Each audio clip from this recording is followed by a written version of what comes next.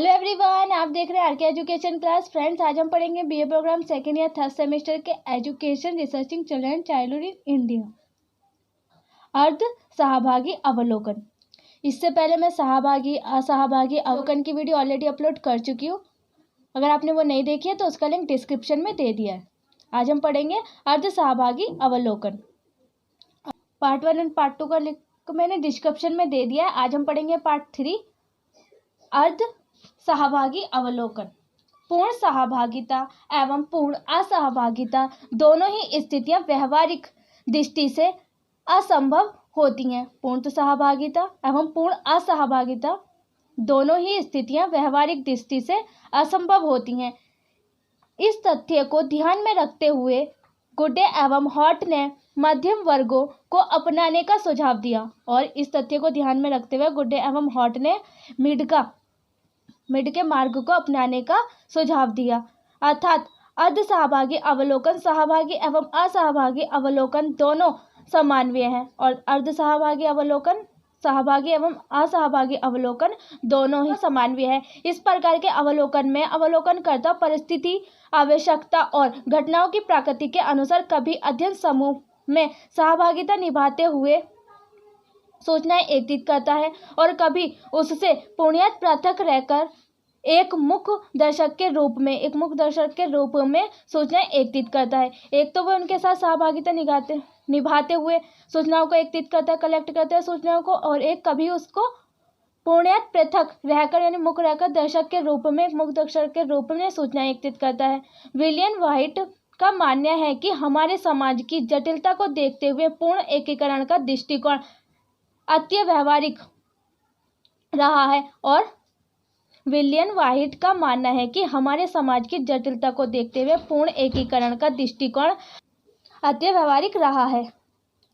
एक वर्ग के साथ एकीकरण से उसका संबंध अन्य वर्गों से समाप्त हो जाता है। एक वर्ग के साथ एकीकरण से उसका संबंध अन्य वर्गों से समाप्त हो जाता है। अतः अर्ध सहभागिता अधिक संभव होने के साथ ही उपयुक्त भी प्रतीत होती है और अर्ध सहभागिता अधिक संभव होने के साथ उपयुक्त भी प्रतीत होती है। सामूहिक अवलोकन।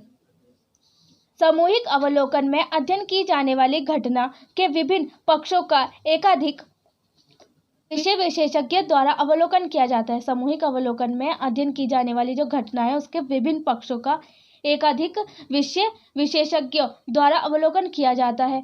कि सामूहिक अवलोकन में अवलोकन का कार्य कब व्यक्तियों के माध्यम से किया जाता है और सामूहिक अवलोकन में अवलोकन का जो कार्य है वो व्यक्तियों के माध्यम से किया जाता है। इन सभी अवलोकनकर्ताओं में कार्य को बांट दिया जाता है और इन सभी अवलोकनकर्ताओं में कार्यों को डिवाइड कर दिया जाता है और उनके कार्यों का समन्वय एक केंद्रीय संगठन द्वारा किया जाता है और उनके कार्यों का जो समन्वय वो एक केंद्रीय संगठन के द्वारा किया जाता है।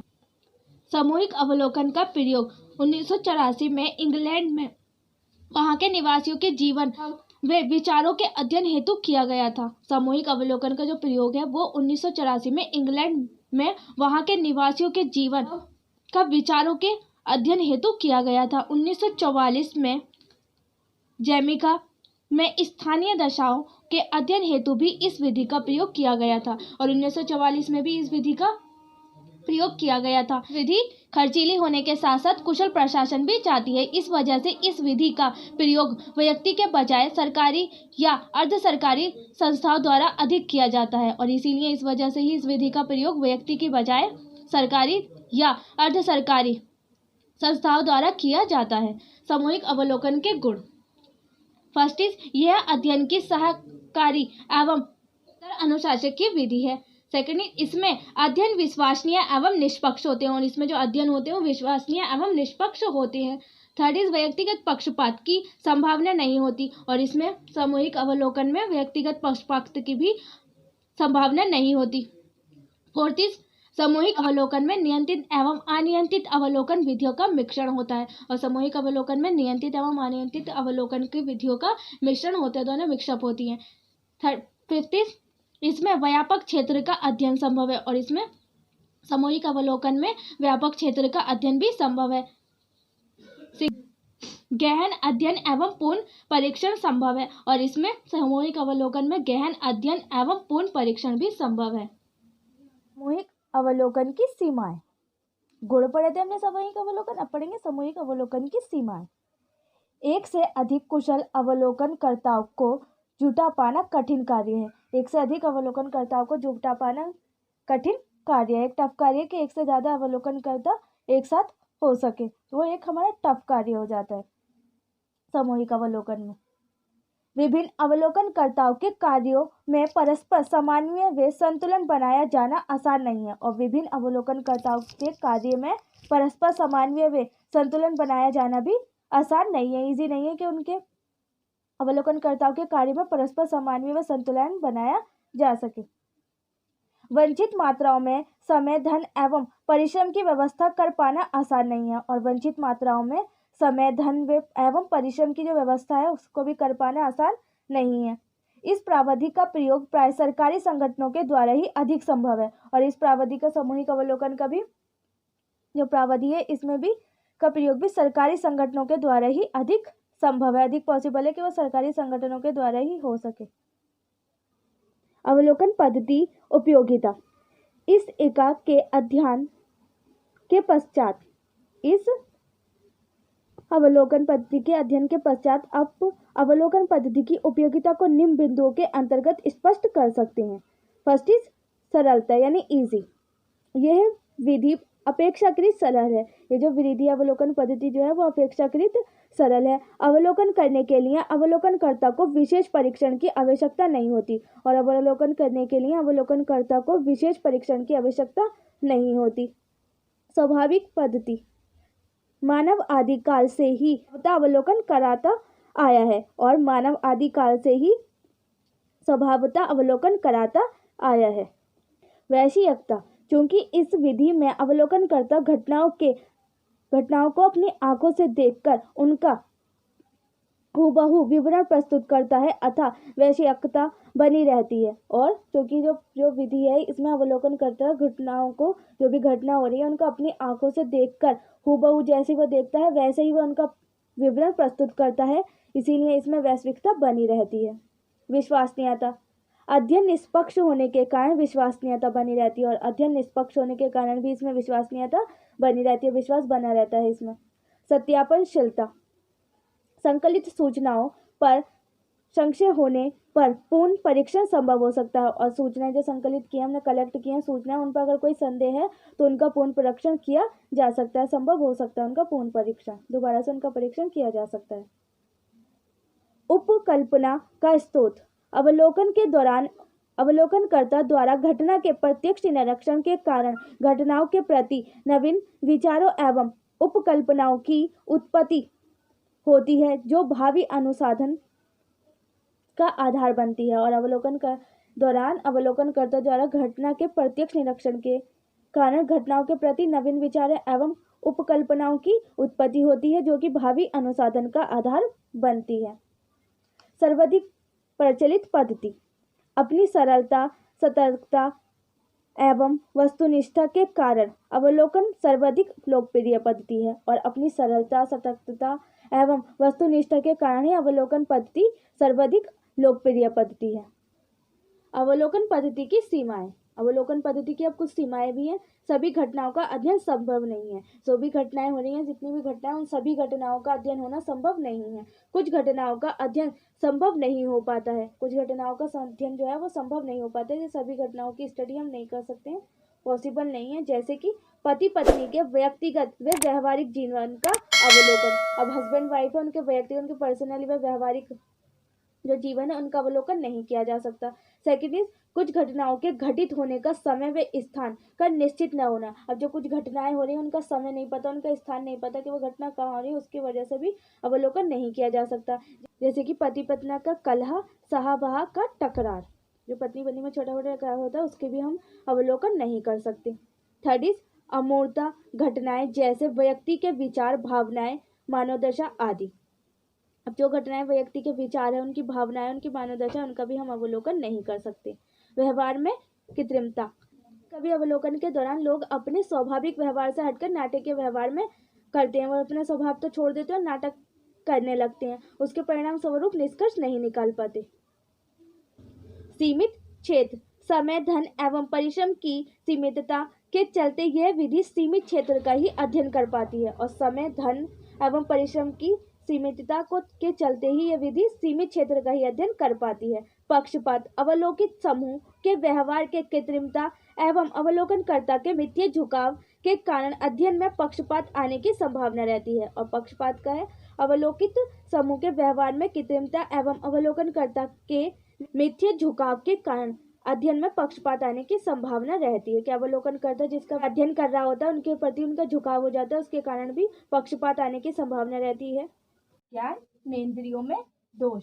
कभी कभी ज्ञानेंद्रियां वास्तविक व्यवहार को समझने में समर्थ नहीं होती। कभी कभी ज्ञानेंद्रियां भी वास्तविक व्यवहार को समझने में समर्थ नहीं होती, जबकि अवलोकन में ज्ञानेंद्रियों की भूमिका महत्वपूर्ण होती है। लेकिन अवलोकन में ज्ञानेंद्रियों की भूमिका महत्वपूर्ण होती है। ऐसी स्थिति में अध्ययन प्रभावित होता है। ऐसी स्थिति में जब ज्ञानेंद्रियां जो होती है वो वास्तविक व्यवहार में समझने में समर्थ नहीं होती, लेकिन अवलोकन में ज्ञानेंद्रियों की भूमिका महत्वपूर्ण होती है और ऐसी ही स्थिति में अध्ययन प्रभावित होता है। नेक्स्ट टॉपिक है हमारा सशक्ताकार। इंटरव्यू, प्रस्तावना, इंट्रोडक्शन। सशक्ताकार को अंग्रेजी में इंटरव्यू कहते हैं। सशक्ताकार को अंग्रेजी में इंटरव्यू कहते हैं, जिसका अवलोकन या अंतर्दृष्टि दोनों शब्दों में जिन अप्रकट तथ्यों के बाह्य रूप से निरीक्षण नहीं हो सकता, उन तथ्यों की जानकारी प्राप्त करना ही सशक्ताकार कहलाता है।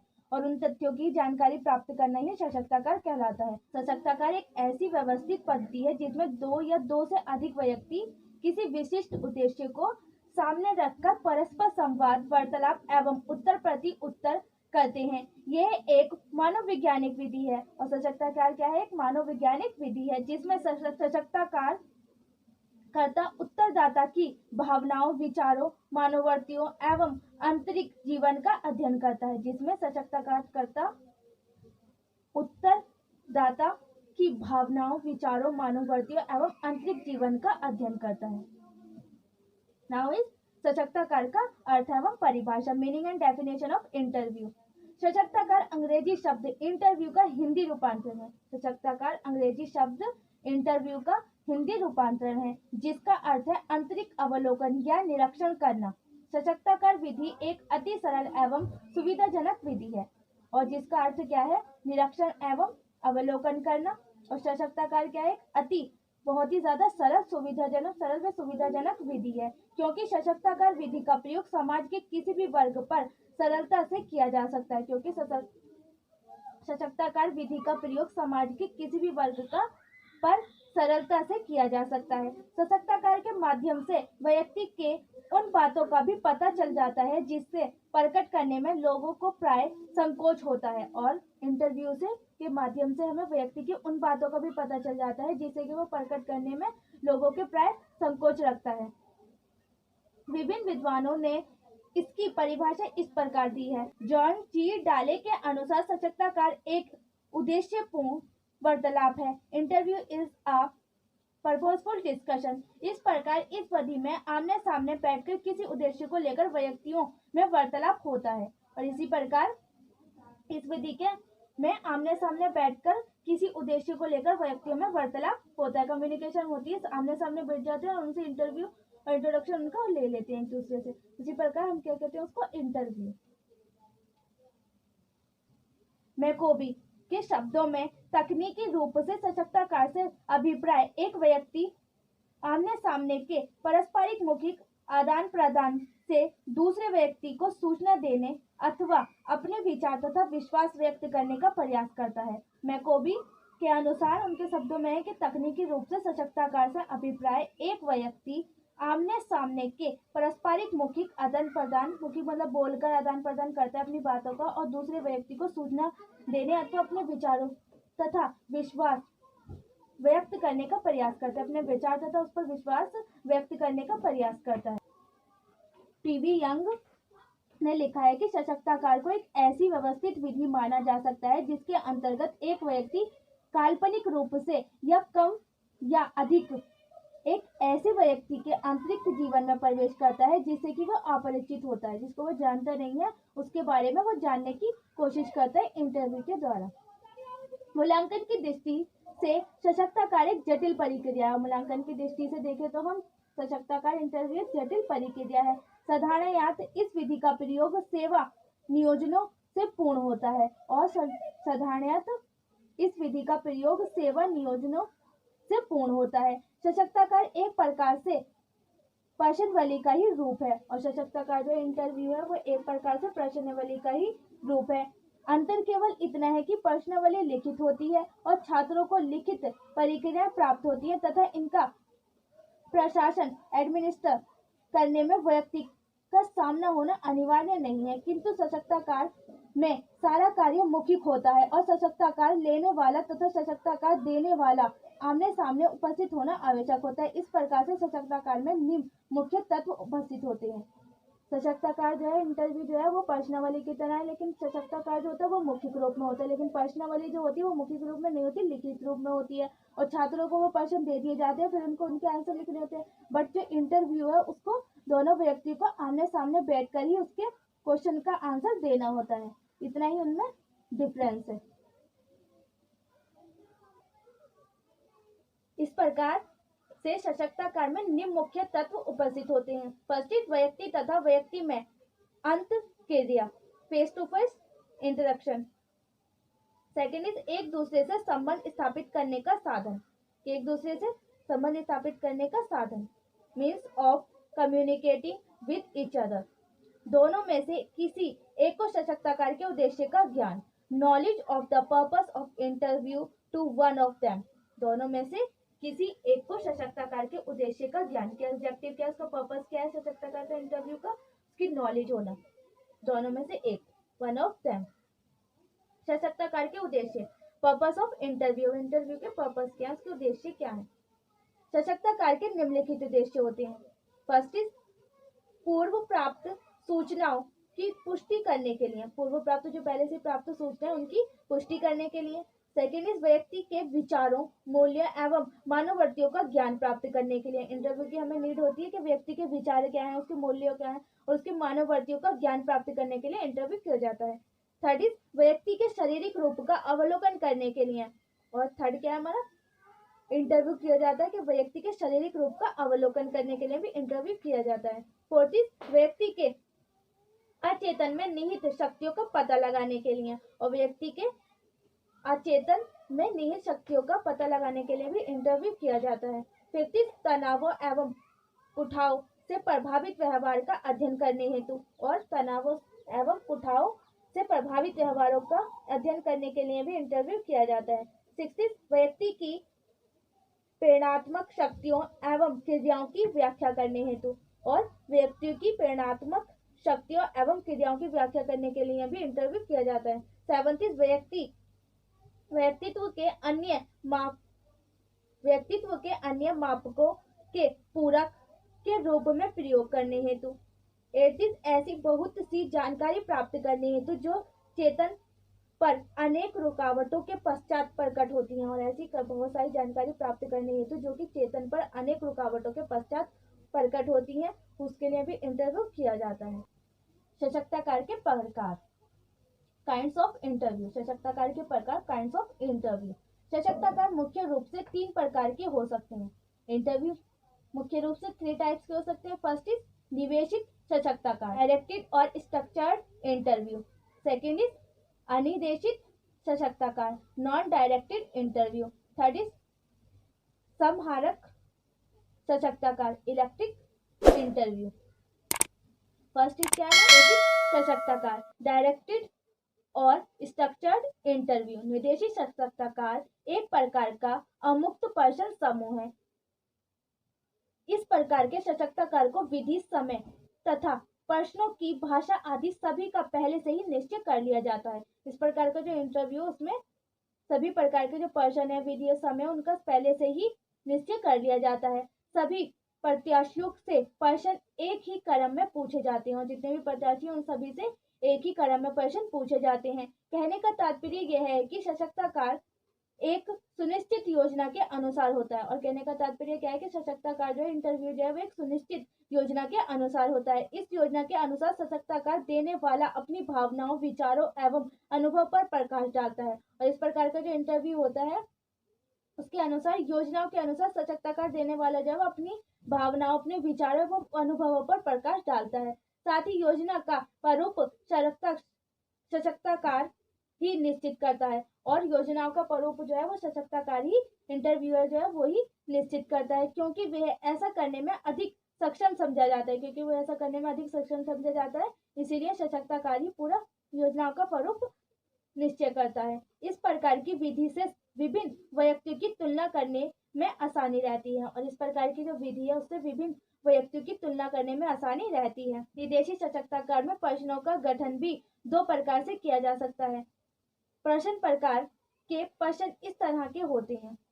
फर्स्ट प्रकार के जो प्रश्न है वो प्रकार उनका पता होते हैं, उनमें उत्तर नियंत्रित रहते हैं और किसी प्रत्याशी को कोई भी छूट नहीं मिलती। और दूसरे प्रकार के प्रश्नों में प्रत्याशी उत्तर देने में स्वतंत्र रहता है और जो दूसरे प्रकार के प्रश्न है प्रत्याशी जो है वो उत्तर देने में स्वतंत्र रहता है तथा इच्छा अनुसार अपनी भावना व्यक्त कर सकता है और अपनी इच्छा जो वो चाहता है उसके अनुसार वे अपनी इच्छाओं व भावनाओं को व्यक्त कर सकता है।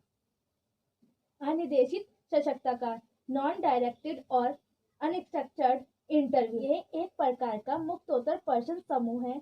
इसको गहन सशक्ताकार, डेप्थ इंटरव्यू, निर्देशात्मक, निंदनात्मक सशक्ताकार अथवा केंद्रीय सशक्ताकार के नाम से भी पुकारा जा सकता है और इस इंटरव्यू को निंदनात्मक सशक्ताकार अथवा केंद्रित सशक्ताकार के नाम से भी पुकारा जा सकता है। व्यक्ति के जीवन की बहुत सी सीमाएं कुछ ऐसी हैं जिनका अध्ययन केवल अनिर्देशित सशक्ताकार द्वारा ही संभव है और व्यक्ति के जीवन में बहुत सी ऐसी सीमाएं हैं, कुछ ऐसी सीमाएं हैं जिनका अध्ययन केवल अनिर्देशित सशक्ताकार द्वारा ही संभव है। इस प्रकार के सशक्ताकार का प्रयोग मानव वैज्ञानिकों द्वारा व्यक्ति के प्रत्यक्षीकरण, प्रेरणा, अभिव्यक्ति आदि के अध्ययन के लिए किया जाता है और इस प्रकार का जो सशक्ताकार इंटरव्यू है उसका प्रयोग मानव वैज्ञानिकों द्वारा व्यक्ति के प्रेरणा, अभिव्यक्ति आदि के अध्ययन के लिए ही किया जाता है। इस सशक्ताकार की प्रवृत्ति लचीली होती है और इस प्रकार के सशक्ताकार इंटरव्यू की जो प्रवृत्ति है वो लचीली होती है, फ्लेक्सिबल होती है तथा इसमें प्रश्नों की भाषा, विधि, समय, क्रम आदि पहले से ही निश्चित नहीं कर ली जाती और इस प्रकार का जो इंटरव्यू है उसमें भाषा, विधि, समय, क्रम आदि पहले से ही निश्चित नहीं कर लिए जाते, पहले से इनको तैयार नहीं किया जाता है। साथ ही प्रश्नों का उत्तर देने के लिए प्रत्याशी पूर्व स्वतंत्र रहता है और साथ ही प्रश्नों का उत्तर देने के लिए प्रत्याशी जो कि इंटरव्यू देने वाला है वो स्वतंत्र रहता है अपने प्रश्नों को देने के लिए और सशक्ताकार कर्ता मात्र मित्रता का वातावरण उत्पन्न करके प्रत्याशी को उन्मुक्त अभिव्यक्ति के पश्चात उनमें अंतर्दृष्टि विकसित होता है और जो वो है इंटरव्यूअर है वो मात्र मित्रता का वातावरण करके, फ्रेंडली वातावरण करना उत्पन्न करके प्रत्याशी को उन्मुक्त अभिव्यक्ति के पश्चात उसमें अंतर्दृष्टि विकसित करता है तथा उसे स्वयं अपनी क्षमताओं एवं कमजोरियों का अभाव हो जाता है और उसे खुद ही अपनी क्षमताओं एवं कमजोरियों का अभाव हो जाता है। इस प्रकार के सशक्ताकार में बौद्धिक पक्ष की अपेक्षा संवेगात्मक पक्ष का अधिक महत्व दिया जाता है और इस प्रकार का जो इंटरव्यू है उसमें बौद्धिक पक्ष की अपेक्षा, बौद्धिक पक्ष की तुलना में संवेगात्मक पक्ष का अधिक महत्व दिया जाता है। साथ ही अनुमुक्त अभिव्यक्ति की स्वतंत्रता इसकी एक सीमा भी है और साथ ही अनुमुक्त अभिव्यक्ति की स्वतंत्रता इसकी एक सीमा भी है क्योंकि इसके द्वारा प्राप्त आंकड़े का आधार पर जो आंकड़े प्राप्त होते हैं उनके आधार पर व्यक्तियों का तुलनात्मक अध्ययन नहीं किया जा सकता। इसके द्वारा जो इंटरव्यू के द्वारा आंकड़े प्राप्त होते हैं उनका तुलनात्मक अध्ययन नहीं किया जा सकता। समाहारक सशक्ताकार, समाहारक सशक्ताकार निर्देशित एवं अनिर्देशित सशक्ताकार का मिश्रित रूप है। समाहारक जो इंटरव्यू है वो निर्देशित एवं अनिर्देशित सशक्ताकार विधियां हैं उनमें से जो अच्छी बात है उनका समावेश किया जाता है, उनको इंक्लूड किया जाता है। इसके अंतर्गत प्रत्याशी भिन्न भिन्न प्रकार की अंतर्दृष्टियां विकसित करता है और इसके अंतर्गत ही प्रत्याशी जो है वो भिन्न भिन्न प्रकार की अंतर्दृष्टियां विकसित करता है। सशक्ताकार के अंत में सशक्ताकार कर्ता प्रत्याशी से संक्षेप में अपना निष्कर्ष एवं कथन देने को कहता है। यदि प्रत्याशी ऐसा करने में असफल रहता है तो संरक्षणकर्ता स्वयं संरक्षण प्रस्तुत कर देता है। कहने का तात्पर्य यह है कि इस सशक्ताकार में प्रत्याशी तथा इंटरव्यूअर पर ना तो अनिर्देशित सशक्ताकार जैसी स्वतंत्रता ही रहती है और ना ही निर्देशित सशक्ताकार जैसी प्रतिबंध ही रहता है। अतः यह सशक्ताकार की सर्वश्रेष्ठ एवं वैध विधि है। इस सशक्ताकार में प्रत्याशी तथा इंटरव्यूअर पर ना तो निर्देशित सशक्ताकार जैसी स्वतंत्र फ्रीडम रहती है उस पर, और ना ही निर्देशित सशक्ताकार जैसे प्रतिबंध ही रहता है। अतः यह सशक्ताकार की सर्वश्रेष्ठ एवं वैध विधि है। नेक्स्ट इज सशक्ताकार के लाभ। अब मेरिट्स ऑफ इंटरव्यू। सशक्ताकार विधि के निम्नलिखित लाभ है। फर्स्ट इज सशक्ताकार विधि को प्रयोग में लाना अत्यंत सुविधाजनक एवं सरल है। इंटरव्यू विधि को जो है इंटरव्यू विधि है उसको प्रयोग में लाना अत्यंत सुविधाजनक एवं सरल है। सेकेंड इज सशक्ताकार का प्रारूप विभिन्न समस्याओं एवं उद्देश्यों के अनुरूप तैयार किया जा सकता है, और इंटरव्यू का प्रारूप जो है वो विभिन्न समस्याओं प्रॉब्लम्स और उनके पर्पस के अनुरूप तैयार किया जा सकता है। थर्ड, समाज के किसी भी वर्ग पर सशक्ताकार का प्रयोग सरलता से किया जा सकता है, और समाज के किसी भी वर्ग पर सशक्ताकार का प्रयोग सरलता से किया जा सकता है। फोर्थ, सशक्ताकार इंटरव्यू लेने में कोई विशेष समस्या नहीं आती, क्योंकि उसको कुछ भी प्रत्याशी जो इंटरव्यू दे रहा है उसको कुछ भी लिखित में देने की आवश्यकता नहीं होती और वे अपना सहयोग देता है। फाइव, सशक्ताकार व्यक्ति में अंतर्दृष्टि इंसाइट उत्पन्न करने में सहयोग देता है, और इंटरव्यू जो है वो व्यक्ति में अंतर्दृष्टि उत्पन्न करने में सहयोग देता है। सिक्स, सशक्ताकार की प्रकृति पर्याप्त लचीली होती है, और इंटरव्यू की जो प्रकृति है वो फ्लेक्सिबल होती है। सेवंथ, प्रत्याशी की भागिमा उसके बारे में अनेक रहस्यों को प्रकट कर देती है, और प्रत्याशी की भागिमा उसके बारे में अनेक रहस्यों को प्रकट कर देती है। 8, सशक्ताकार संवेगात्मक समस्याओं के अध्ययन के लिए सर्वश्रेष्ठ विधि है, और इंटरव्यू जो है वो संवेगात्मक समस्याओं के अध्ययन के लिए सर्वश्रेष्ठ विधि है। 9, सशक्ताकार के माध्यम से व्यक्ति के व्यवहार के उन आयामों का भी पता चल जाता है जिन्हें प्रकट करने में लोग प्राय संकोच करते हैं, और सशक्ताकार इंटरव्यू के माध्यम से व्यक्ति के उन व्यवहारों का भी पता चल जाता है, उन आयामों का भी पता चल जाता है जिन्हें प्रकट करने के लिए लोग प्राय संकोच करते हैं, उनसे कभी इंटरव्यू के द्वारा हम पता लगा सकते हैं। सशक्ताकार की सीमाएं, लिमिटेशन ऑफ इंटरव्यू। सशक्ताकार विधि की अपनी कुछ सीमाएं भी हैं जो निम्नलिखित हैं। फर्स्ट इज, यह एक दोहरी आत्मनिष्ठा विधि है। इंटरव्यू जो है वो एक दोहरी आत्मनिष्ठा विधि है। प्रत्याशी सशक्ताकार कर्ता को प्रश्न करने वाला उत्तर देता है। जो प्रत्याशी है वो इंटरव्यूअर को प्रश्न करने वाला उत्तर देता है, इसलिए यह एक दोहरी आत्मनिष्ठा विधि है। सेकेंड इज, इंटरव्यू व्यक्तिगत भावनाओं से पूर्ण रूप प्रभावित कर रहता है, और इंटरव्यू व्यक्तिगत भावनाओं से पूर्ण रूप में प्रभावित रहता है, इफेक्टेड रहता है उससे। थर्ड इज, सशक्ताकार को अधिक विश्वसनीय एवं वैध नहीं माना जा सकता, और इंटरव्यू को अधिक विश्वसनीय एवं वैध भी नहीं माना जा सकता। सशक्ताकार अधिक लचीला होता है, इंटरव्यू जो है वो अधिक फ्लेक्सिबल होता है। फलतः सशक्ताकार कर्ता वार्तालाप को मनपसंद मोड़ दे सकता है, और जो इंटरव्यू है वो कम्युनिकेशन को मनपसंद मोड़ दे सकता है। फिफ्थ, कुछ सीमाओं में बंधे होने के कारण प्रत्याशी प्राय स्पष्टवादिता से परे हट जाता है, और कुछ सीमाओं में बंधे होने के कारण जो प्रत्याशी है वो प्राय स्पष्टवादिता से परे हट जाता है। सामाजिक मान्यताएं उसे ऐसा करने के लिए बाध्य करती हैं, और सामाजिक मान्यताएं जो है उसको ऐसा करने के लिए बाध्य करती हैं। सिक्स, सशक्ताकार में प्रत्याशी जिन प्रश्नों के उत्तर नहीं देना चाहता उनका घुमा फिरा कर उत्तर देकर स्वयं को सुरक्षित स्थिति में रखने का प्रयास करता है, और इंटरव्यू में जो प्रत्याशी है जो इंटरव्यू दे रहा है वो उन प्रश्नों को जिन प्रश्नों का उत्तर नहीं देना होता उनका घुमा फिरा कर उत्तर देने का खुद को प्रयास करता है, और सुरक्षित स्थिति में रखने का अपने आप को खुद को सुरक्षित स्थिति में रखने का प्रयास करता है। जो उससे उत्तर पूछा जाता है, क्वेश्चन पूछा जाता है, वो उसका आंसर नहीं देता, उसको घुमा फिरा कर आंसर देने की कोशिश करता है और अपने आप को सुरक्षित रखने की स्थिति में का प्रयास करता है। सेवंथ, अनिर्देशित सशक्ताकार में प्रत्याशी को प्राप्त स्वतंत्रता मिलने के कारण संतोषप्रद संतोषप्रद उत्तर प्राप्त नहीं हो पाता, कि जो क्वेश्चन चाहिए होता है वो उसका बिल्कुल एज इट इज आंसर नहीं मिल पाता।